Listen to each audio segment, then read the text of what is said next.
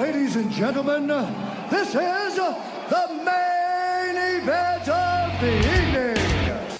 Hold one, Andre. You're not good at this. Get out. Let me tell you a personal story about Vince McMahon. You just made the list. Oh my God!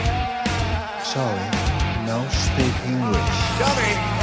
Goodbye and good night. Hold two, on bar. It's still real to me, damn it! Dummy. This is the worst town I've ever been in. Hold three, Lamas covered. Three-handle family Gradunzel. Mamma mia! And now, Unchained.media presents the B Plus Podcast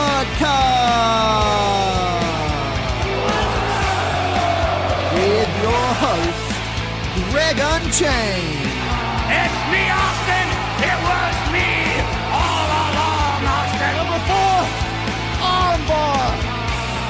I will never retire! I still got 200 more. I got 200 more holes to list.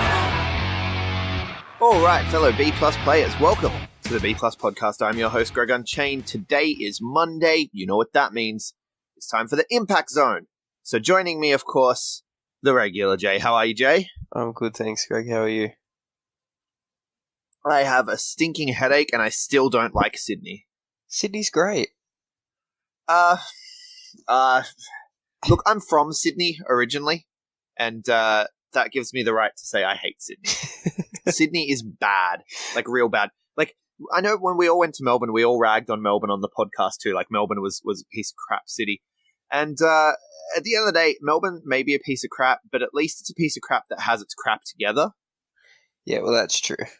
You know, like Melbourne is like your annoying boss, right? Like, you know they're a piece of shit, but they own their own house and they're always at work on time. And truth be told, they work harder than anyone should at the job that they have, you know? Yeah. That's Melbourne.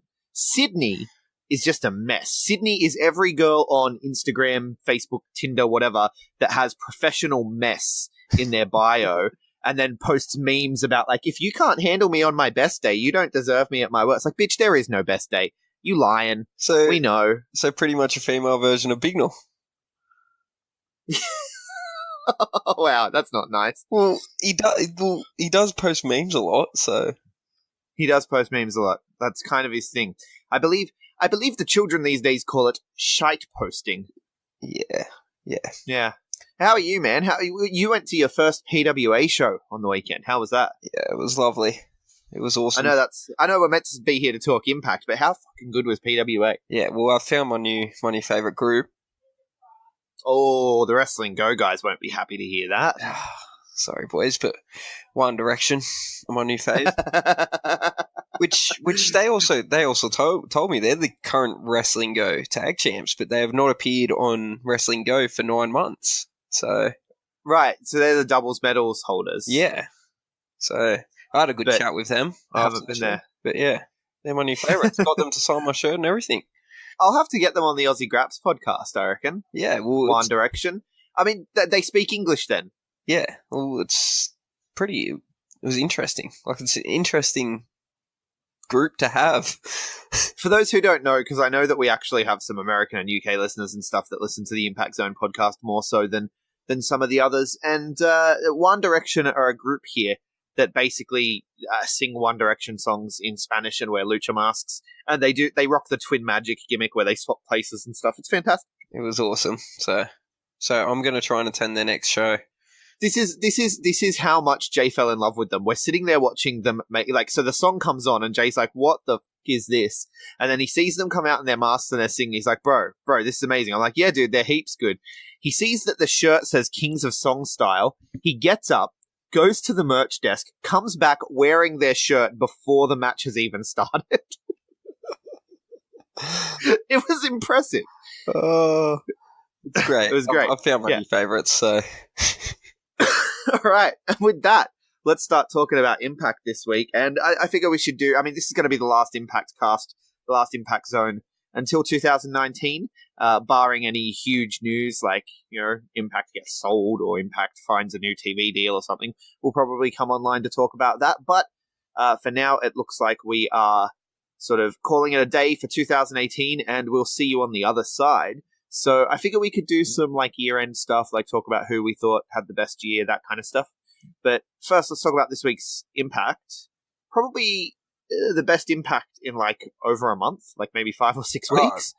Yeah, this was great. This was a throwback to the times I started watching Impact again. I don't know if I'd say it was great, but I'd definitely say it was an improvement on the last couple of weeks. It's been great compared to the last 2 months of shows. So yeah, it's been. I think they're starting to push it a bit more now that Homecoming's only a couple of weeks away as well. So yeah, they're actually building the stories quite nicely. So let's get into it. The show started with an Ultimate X qualifier. Of course, they're having an Ultimate X match at Homecoming because Brian Cage has cashed in the X Division title for Option C. So we had a qualifier here for the Ultimate X match, Jake Christ versus Willie Mack. And Jake Christ actually, surprisingly to me, picked up the victory after OVE did some distractions on the outside. I'm actually glad that this finish happened because, like, don't get me wrong, I love Willie Mack, but I still feel the X Division title should be for the smaller wrestlers. Okay. I've always thought that. Like, when Brian Cage had it, I thought it was a bit silly. Yeah, I remember you saying, but I disagree, and I think Willie Mack would be a good fit. Well, he's going to have to wait. Fair enough. So's Willie Fair Mack. enough. I don't know if I get into the whole mini draw thing, because Jake Christ is the one that copies everything Sami Callihan does, like on the promo videos and stuff, and he's like the small version of Sami Callihan. I don't know. I don't like it. I think it's weird. Yeah, it was still a big surprise because usually the Chris are just jobbers. So yeah, that was a bit weird as well for him to win over Willie Mack of all people. Yeah, like I said, it shocked me. It definitely threw me off. So that was a big surprise. Like I was going into this match going, yeah, Willie Mack's going to win easily. Like there's no that was the expectation for me as well. That was a nice surprise as well. I thought we'll get Willie Mack and Rich Swann teaming up in the Ultimate X match against some of the other guys, that kind of thing. But yeah, it was interesting. It was a good match too. Definitely. And then we got a Tessa Blanchard promo about Taya just being Johnny's wife, which, I mean, surely you can come up with something better than that. Just play. Oh, I know where they're going with this, and I don't want to see it happen. Yeah, where do you think they're going? The like the power couple tag team storylines? Yeah. Do you reckon Killer Cross and our girl Scarlett Bordeaux get involved in that? I'm not too sure. I don't know because they're together down in AAA. Yeah. I'm not too sure about that. I don't know. It's gonna be interesting. Yeah. Well, new power couple though, Tessa and Moose. How weird was that? Just Moose is just sitting next to her, like, yeah, I'm her partner now. What? Moose. So weird. And then we get the debut of Dark Alley. This was great. Alley Dark? Alley After Dark. No, that's a different thing. Alley Dark. Dark Alley. Or Dark Alley. Dark. I don't know, because like Pentagon is Pentagon Dark, right? So Alley Dark. I like Alley Dark better, I think. Maybe her and Pentagon. Dark Alley just sounds like, I don't want to walk down there at night. Yeah. Yeah. It's a dark alleyway. Yeah, it's just a weird thing to call a person. But Alley Dark, that sounds like an actual name. Anyway, she's accompanied by Su Yung, I guess. Su Yung is in possession of her soul, but I thought James Mitchell was in possession of her soul. I don't know. It's supernatural stuff. It's confusing. Maybe Su Yung bought it off James Mitchell. I don't know. Yeah, maybe he gave her Rosemary's soul in exchange. Yeah, so either way, Su Yung is controlling Ali, and Ali's just kind of a zombie at this point. Yeah, so how disgusting is that sock as well? How gross does that look? Yeah. I like this, though. I feel like you either you either dig the supernatural stuff that's going on or you don't. I've seen a lot of people hate on it, and I think it's great. Okay, Mikey. I love it. Yeah, Mikey hates it, doesn't he? I don't know why. He just doesn't. Where is Mikey this week? I do not know. I don't think we Or asked him. Did we just forget to invite Mikey? Oh, sorry, Mikey. That's what you get for trash talking. No, but like, I think Heather Monroe is a good wrestler as well. Like, she was pulling off some pretty good moves. Yeah, Heather Monroe is good. Yeah, they should. And They should sign. She's just getting squashed. Yeah, well, there's a bunch of these girls from like Rise and Shine and Shimmer that they work with, and they bring them in for tapings and stuff, and they work as jobbers to the 2-3 woman division. Like, who's in the actual Knockouts division? You've got Su Young, Rosemary, but she's out. You got Tessa, Taya, Katarina. Kira Hogan, Katarina. That's it. Oh, and then you've got Jordan Gracie up and coming. All right, Jordan Grace too. But they could really afford to bring in a couple. Well, I don't know if they can afford it fiscally, but in terms of the product, the presentation of the product, they could really afford to have a couple more women on the active roster, not just coming in as jobbers. And yeah, Heather Monroe is one that would fit well, I think. Yeah. No, she's impressed me so far in her short matches. Yeah. So after the match, after she gets jobbed out, Ali keeps attacking, and Kira Hogan comes out for the save, but gets the shit kicked out of her. That was good. So we're waiting for a Rosemary return at this point, yeah, right? Which is what we're going to get. I say we're probably going to get it at Homecoming. Well, I'd say we get it before Homecoming so that we can see Ali versus Rosemary at Homecoming. Because she hasn't had her match announced yet, has she? She hasn't. No, she hasn't. Yes. No, not at That all. makes sense. Yeah, so there's still a couple of weeks to go, so I think that's where it's headed. Then we see Willie Mack and Rich Swann backstage talking about getting revenge on OVE, and Swann is like warning Willie Mack against it, which, weird segment, but probably going to have a payoff in the future, right? Yeah. I say this about a lot of Impact stuff. It's a bit weird, but, you know, it's probably going to make sense later. Yeah. So, we'll see where they go with that once again. Yeah. Then we get the return of the Desi Hit Squad to TV, defeating a jobber tag team. Damien Hyde and Many Lemons. Many lemons. Many Lemons.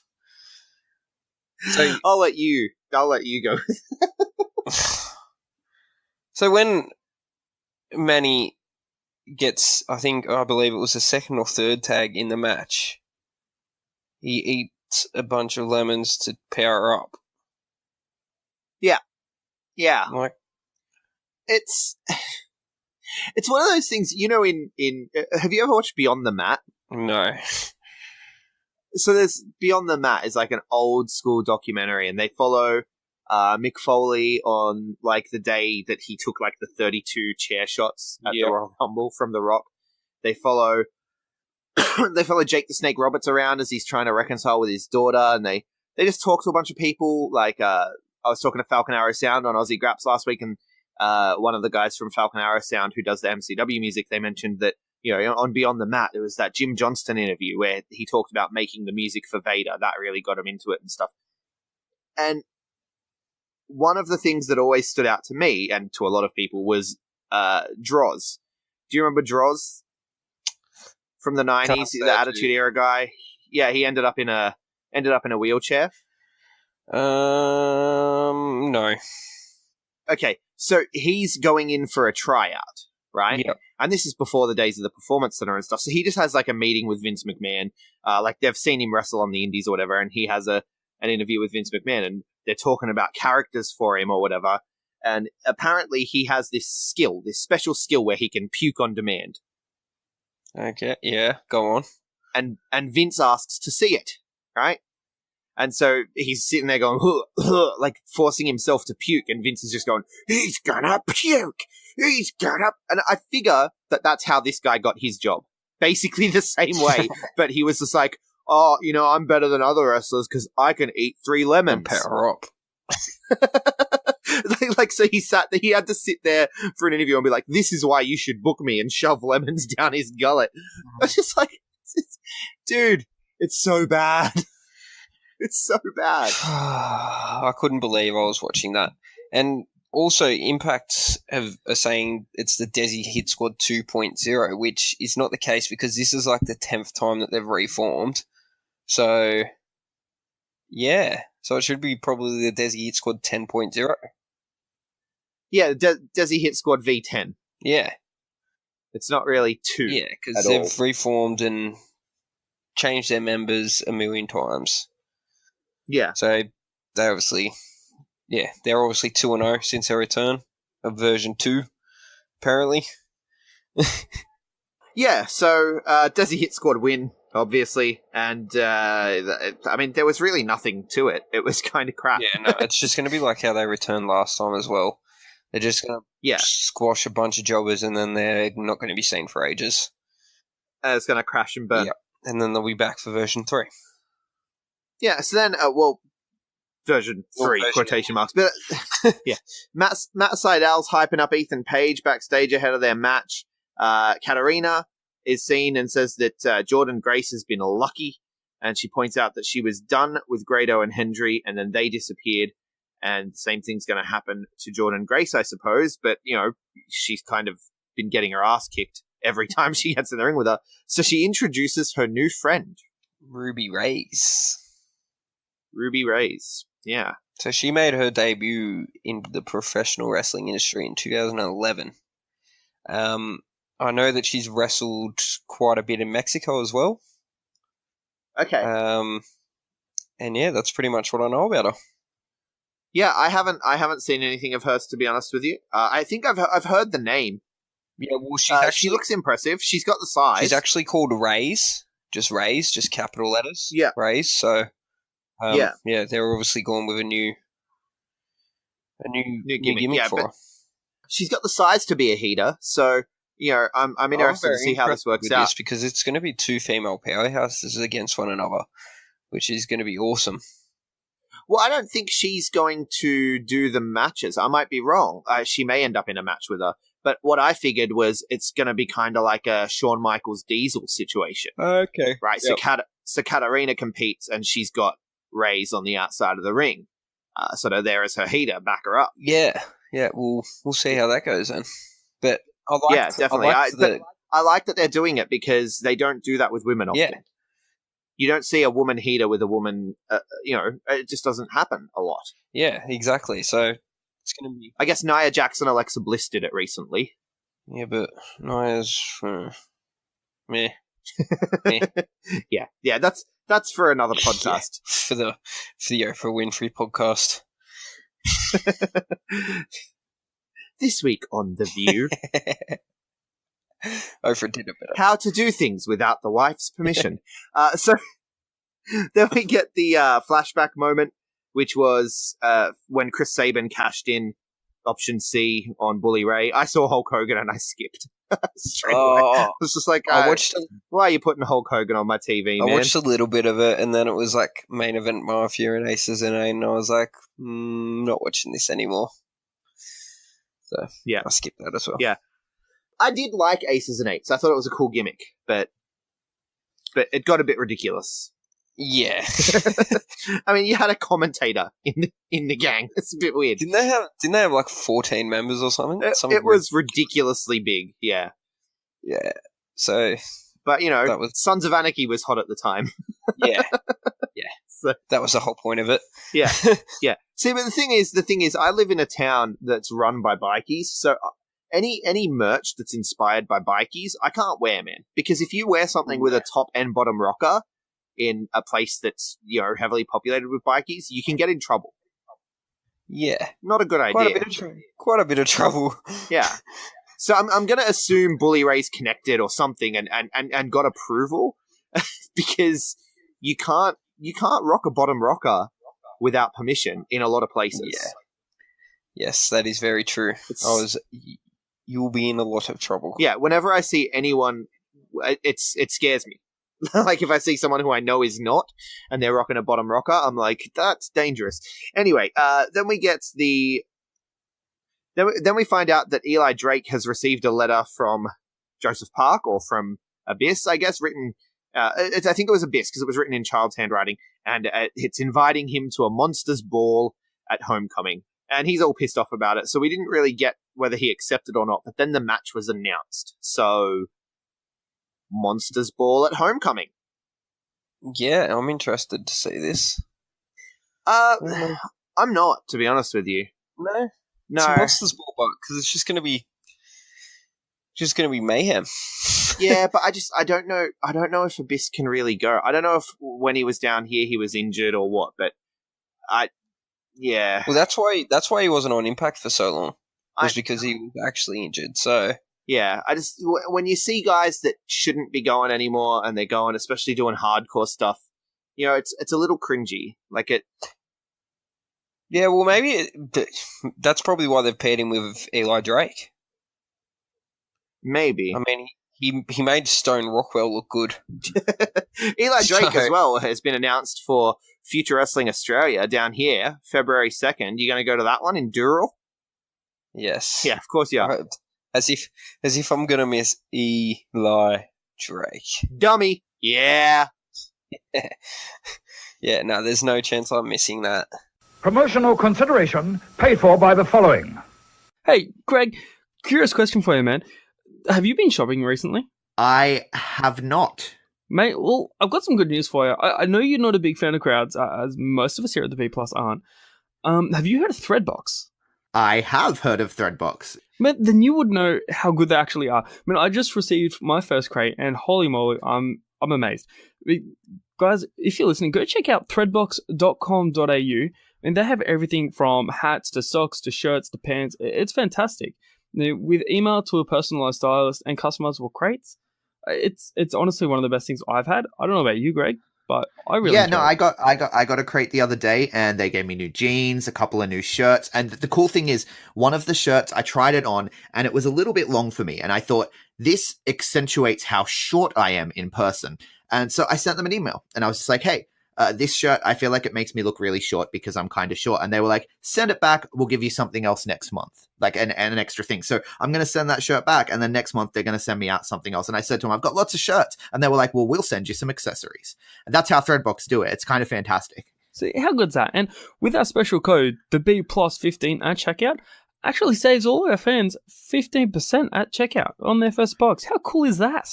Yeah, so head to threadbox.com.au today and use the code the B+15 to get your first box as soon as you can. And then we get the highlight of the night. Now, everyone knows when we say the highlight of the night, they know that Scarlet Bordeaux talk is coming. Yeah. But it was the Rascals and Scarlet Bordeaux. Yes. You can't get better than that. That was so they're doing that 70s show gimmick with the smoke, and they're all sitting around laughing and talking. And Scarlet Bordeaux pops up. And they're like, when did we get a fourth chair? Oh, this was the best. And then they started taking their clothes off. Yeah. And I like oiling himself up. I like that she's watching them. She's interested in them. She was impressed by their debut. And and I think it was Trey was just like, no, seriously, bears can smell women. Yeah, bears can swell women, dudes. which was interesting. And she just disappeared. Is she magic? Yeah, she just popped. She just poof, in smoke because she's the smoke show. She might be supernatural, so Mikey can't like her obviously because he doesn't like supernatural things. Right? Yeah, he doesn't want supernatural stuff, and she's a smoke show. And I've talked about it before, how she's got that real femme fatale thing where it's almost like she can control other people. Yeah. By force of her powerful personality. So there might be a supernatural element to it. And, so that means she's disqualified. Mikey can't like her. I just want to see her in a match as well. Yeah, they're going to hold off on that for as long as they can.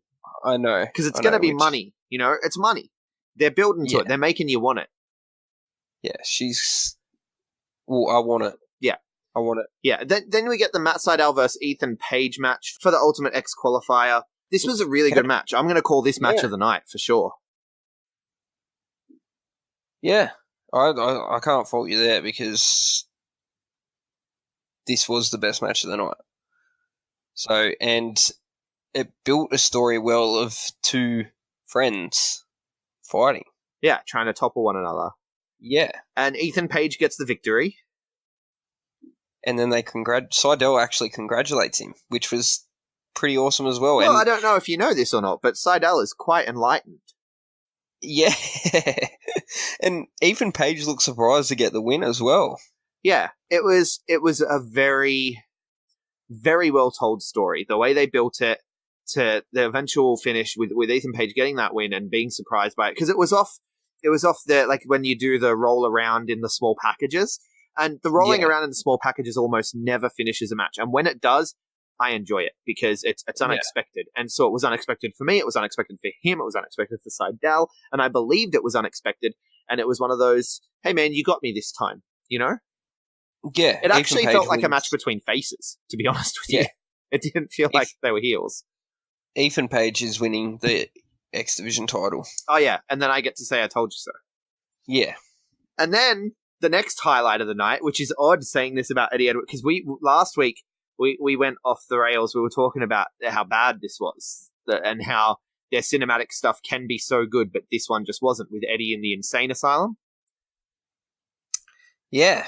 And also we got a surprise appearance as well, which I was very shocked about.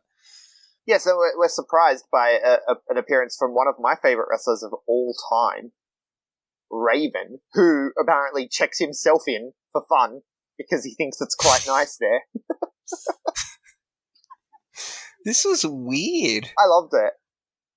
Why did Raven come back for no reason whatsoever? Well, it ties in well with Eddie Edwards having Tommy Dreamer as somewhat of a mentor, right? And Tommy saying, look, you don't want to go after it the way I went after Raven, right? Because that destroyed my life. Like, I want you to be better than me, right? Yeah.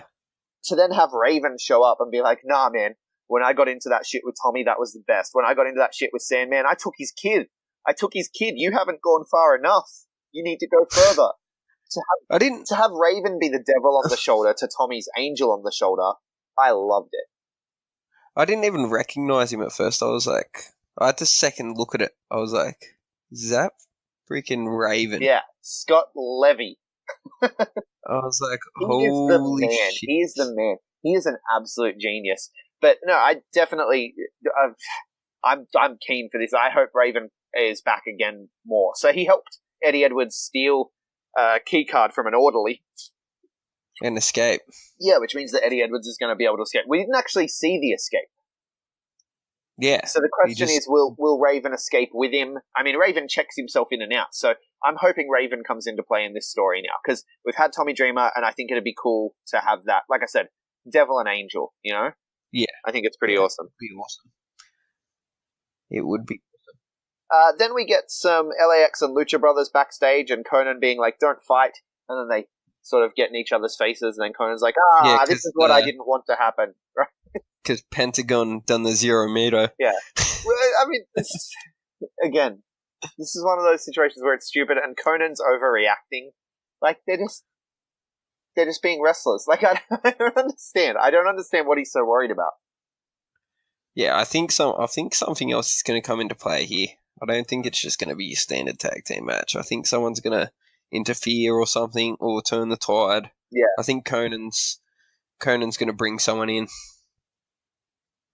Yeah, you predicted that he's going to go back with the old LAX, but I don't see it happening. I hope that does, so I can say I told you so. Anyway, then Johnny Impact says that he owes Moose a trip to Slamtown, and Taya and Johnny, they do the generic, we're going to beat you, to talk about Tessa and Moose. And then Johnny and beat Moose and Tessa, so I guess they were right. Did you see at the start, but Moose tried to get a good luck kiss from Tessa? I love Moose as a heel. I didn't like him as a face. He bored the hell out of me. But well, now he's not wearing them stupid suits. I can actually enjoy him. I don't find it stupid. I like the stupid suits, the stupid fashion, the weird stuff, the Africa heritage. I like all of it. He's exploring his identity, Jay. You can't hate a man for wanting to discover himself, okay? Greg, getting in touch you're with wrong, mate. I'm wrong. You're wrong. All right, Mike. You're wrong. Did your wife allow you to have that opinion, Jay? Anyway, so yeah, the victory came by way of submission, which surprised me. So Taya actually tapped out Tessa Blanchard. Yeah, to a move she hasn't used. Yeah, so it puts some heat on Taya and makes you think if in the homecoming match, if she gets that move on Tessa, it's over. And we'll see that come into play in their match because they're both great at what they do. We'll see that come into play in their homecoming match, and they'll probably sit in that hold for a while. Tessa will ultimately get to the ropes. Because we don't think Tessa's dropping the KO title, do we? No. And after this match, it makes me feel that Tessa's going to retain. Now. Because I don't want to see a power couple anyway. So I hope she retains. Right, yeah. See, I think it's going to go the other way, but we'll see what happens. I hope Tessa keeps it, but yeah, I think they're doing the power couple thing. Then we get a killer. Remember? Yep. Remember when I inboxed you? Right. And I said you didn't understand the ending. Do not understand this ending. This was the whole thing that I was talking about. So Killer Cross comes out after the match, but stops the attack. Right? So he comes out and kind of saves Johnny. Yeah. And then Brian Cage comes out and attacks him, as well as Moose. Now, that's the whole thing that I didn't get. Killer Cross just saves someone and then he gets attacked. It seems, I don't know, it seemed weird. I know they did have heat, but maybe Cage wanted Johnny to get hit because he has a match with him, so he wants him weakened. It's a little strange, I will admit. Yeah, it was weird. It's not the clearest, but, it's building to something, I hope. Yeah, we'll see. We'll see where they go again. But all in all, it was a better episode of Impact than we're used to lately, which is a good thing. Yeah, well, like I said, they're just building towards Homecoming now, so they've got to get these episodes right. Yeah, absolutely. Now, so that does it for this week's Impact, and I guess the next time we talk will probably be after Homecoming. So let's talk about the year that was Impact, keeping in mind that I started watching again as of around WrestleMania time, so anything really that happened before that's not going to be on my radar. Yeah. But what would you say, like, if you had to give a match of the year, who are you giving it to? Match of the year. You started off with a tough one. Yeah, that's the thing. I think that, like, Superstar of the Year and, Woman of the Year, I think those are real easy. So, yeah. But for me, Match of the Year is not all that difficult either. I'm going to give it to Sami Callihan and Pentagon. Yeah? Yeah, the Slammiversary match was insane. Very closely followed by another match from Slammiversary, the tag team match between LAX and the OGs. Well, I was going to say the Pentagon and Austin Aries match for the world title. Right, yeah. On an Impact episode. On the Impact episode, yeah, that's a good choice. Because I feel as if that built Austin Aries as that top heel champion. Yeah. And that's my whole reasoning for picking that as match of the year. Right. And then they just let him go. And that was... Yeah. But no, I get what you're saying. So that was my match of the year. Right. And I'm going to assume you would give Superstar of the Year to Pentagon. Has to be. Does it, though? Does it have to be? Well, because he's my boy. So I'm just going to be biased here, and my winner of Male Superstar of the Year goes to Pentagon. Because I think it clearly has to go to Austin Aries. I think Austin Aries had, without a doubt, the best year in Impact. His title reign, the whole... I mean, he carried the company for a while. We'll agree to disagree. He's the belt collector. I don't care what you think of him personally. I just think that... I mean... did Pentagon really have a better year, match quality-wise, story-wise, and kayfabe-wise, winning? Did he really have a better year than Austin Aries? I believe so. He lost to Sami Callihan. I'm too stubborn on this. You never get. He was stuck feuding with OVE. He dropped the title early. I don't know. I don't see it. Austin Aries is a dick, man. That said, Pentagon winning the title was what got me to watch again. Yeah. So, he definitely has a big role to play in Impact, but then they've just sort of let him hang. Like, he's not... I just think it's more in terms of match quality, to be honest. Like, Austin Aries didn't have that many matches that stood out to me. Well, he doesn't have As as many matches. Pentagon tends to wrestle every other Impact. Yeah, but that's, yeah. It's mostly So tag I- matches, though, as well. And he's killer in there, so True. I don't know. It's It's just true. They are exciting as a Yeah. tag team, those two. Yeah. Oh, what so about tag team of the year? You going to give that to Pentagon as well? no, that's LAX. Yeah? Yeah, not the original LAX, just the new current guys, Santana and Ortiz. Yeah. Yep. Yeah, that's kind of a no-brainer. So I guess there's no argument there on that one. Now, this is one where we're probably going to clash. Woman of the Year, Knockout of the Year. Well, I'm gonna say Tessa Blanchard. I knew you would, but the clear, correct answer is Scarlett Bordeaux. She is everything a knockout should be. We're gonna argue about this one, She's everything a and knockout. I'm gonna use the same argument that you used against me just then with the Austin Aries Pentagon thing. Well, okay, yeah, I see what you're saying, but she has had a major story, right? And victory-wise, she may not have actually stepped in the ring herself for matches, but she's always back in the winners, you know, and she almost took Fala Bar to a world title. Well, that's true. Fala That's true. Bar. She actually makes me more interested in Fala Bar. She also got the referee to stand up for himself. Do you know how hard it is to get a referee to stand up for themselves? Those guys are spineless.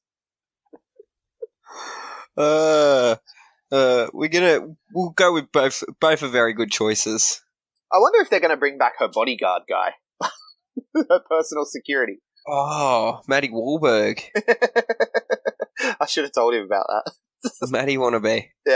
I'm actually drinking from my PWA Red Cup right now. Yeah, I lost mine after I spilt it, so I kept it. I'm smart. I'm an idiot, though. I should have gotten him to sign it, really. Right? yeah, you should have. That guy's going to be a star. Anyway, last one. Moment of the year. This one's a tough one. I have nothing for this, to be honest with you. Moment of the year.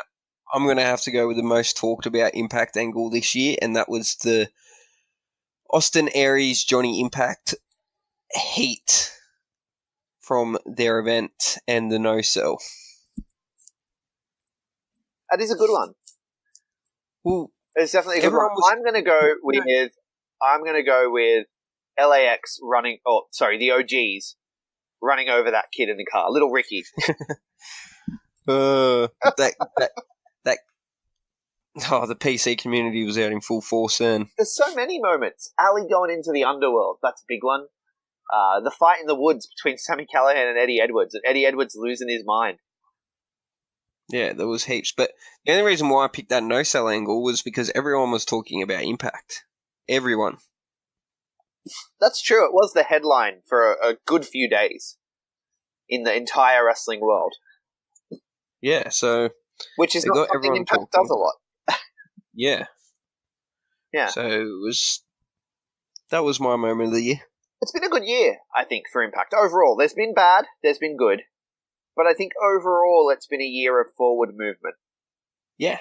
It had its slow period, but I've got hope after today that they've picked up a They've notch. dropped off a lot in the ratings, but they've also been moved around in their time slot and what have you. So I'm hoping that 2019 brings good things for Impact, but with All Elite Wrestling on the horizon, things look bleak for both Impact and Ring of Honor, but especially Impact.